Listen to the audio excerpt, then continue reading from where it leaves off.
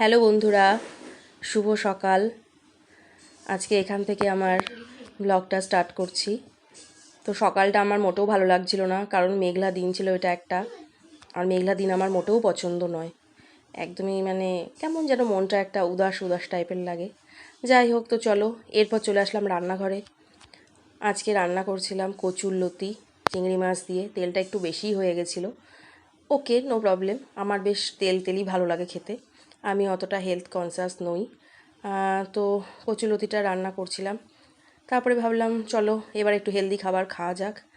দেন তারপরে একটু বাটা মাছ ডাঁটা দিয়ে বেগুন দিয়ে বড়ি দিয়ে রান্না করছিলাম ঝোল। তো দেখতেই পাচ্ছ মাছের ঝোলটা হচ্ছে। আর এই মাছটা বেশ ভালোই লাগে আমার খেতে। আর ডাঁটা দিয়ে এইভাবে ঝোলটা করলে এটা স্বাস্থ্যকর, বেশ খাওয়া উপকারী। আর এই সময় সজনে ডাঁটা তো ভীষণই ভালো খাওয়া। তো এরপর দুপুরের খাবারের থালা নিয়ে চলে এসেছি।